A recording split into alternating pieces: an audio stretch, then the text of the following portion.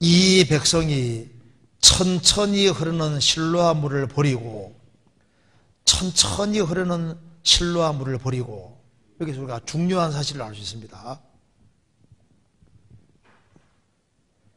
이 물이 흐르는데 천천히 흐릅니다. 성질이 급한 사람은 답답해 보입니다. 그러잖아요. 유보라 서강 말면 빨리 슉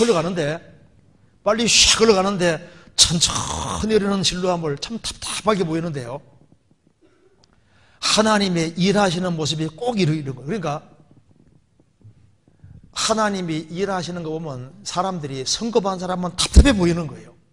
우리 시대에 한국 사람이 좋아하는 말이 무슨 말입니까? 빨리잖아요. 빨리 이런 마음 가지고 살아가는 사람은 하나님 역사를 경험 못합니다. 하나님은 이게 참 사람 보면 답답해 보일 수 있는 거예요. 왜? 천천히 흐르는 실로아 물처럼 천천히 답변도 천천히 더디게 내려오기 때문에 더디다고 자꾸 생각이 드는 거예요. 요셉 17살 나이에 하나님이 위대한 치리자가 된다는 꿈을 넣어줬습니다. 그런데 꿈은 넣어줬는데 그 꿈이 이루어지는데 빨리 이루어졌습니까? 천천히 이루어집니까? 그 꿈을 넣어주고 난 이후에 애굽에 내려가서 얼마나 고생합니까? 뭐 총리는 뭐커녕 밑바닥 인생부터 살면서 보디발 집에서 그렇게 고생하고 나중에는 억울한 누명 쓰고 감옥까지 가고 그렇게 해서 나중에 총리가 되는데 천천히 흐르는 물처럼요. 하나님의 역사하심은 더디게 느껴지기 때문에 그래서 인내심을 가지지 아니하면은 하나님 역사 경험하기 어려운 겁니다. 다윗은 기름 부음 받았는데 당장 왕이 아니라 기름 부음 받고 난 이후에는 당장 주어지는 건 어려움이 없습니다. 그가 사울이 죽이려고 하니까 오랫동안 도망 다녔는데 10년 이상 도망 다녔습니다. 나중에 왕은 되긴 되지만은 많은 어려움이 있고 오랜 세월 후에 이루어집니다.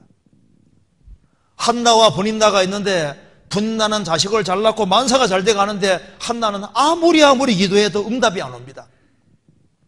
그녀는 오랫동안 기도했고 하나님은 천천히 흐르는 물처럼 하나님의 응답은 더디고 늦게 오는 것처럼 느껴지잖아요. 그런데 결국에는 한나에게 꿈은 이루어졌고 하나님이 사무엘이라는 자녀를 주는 거 봐요. 세례 요한을 낳은 사가라와 엘리사벳 젊을 때부터 계속 하나님께 자식 달라고 기도하는데 그렇게 더디잖아요. 나중에 하나님이 노년기에 정말 귀한 아들 세례 요한을 주셨습니다. 그래서 하나님은 천천히 흐르는 물이기 때문에 천천히 흘러가기 때문에 하나님 응답이 너무너무 더디게 느껴질 수 있는데 그래서 하나님 역사를 경험하기 위해서는 반드시 기다릴 줄 알아야 됩니다. 기다릴 줄 모르는 사람은 하나님 역사를 경험할 수가 없는 거예요. 그런데 천천히 흐른다고 했습니다. 계속 흘러가고 있는 거예요. 하나님은 일을 하고 있는데 정말 더디게 내려온다고 응답이 더디게 내려온다고 생각하는데 더딘 것처럼 보이지만 결국은 흘러내리지 않습니까?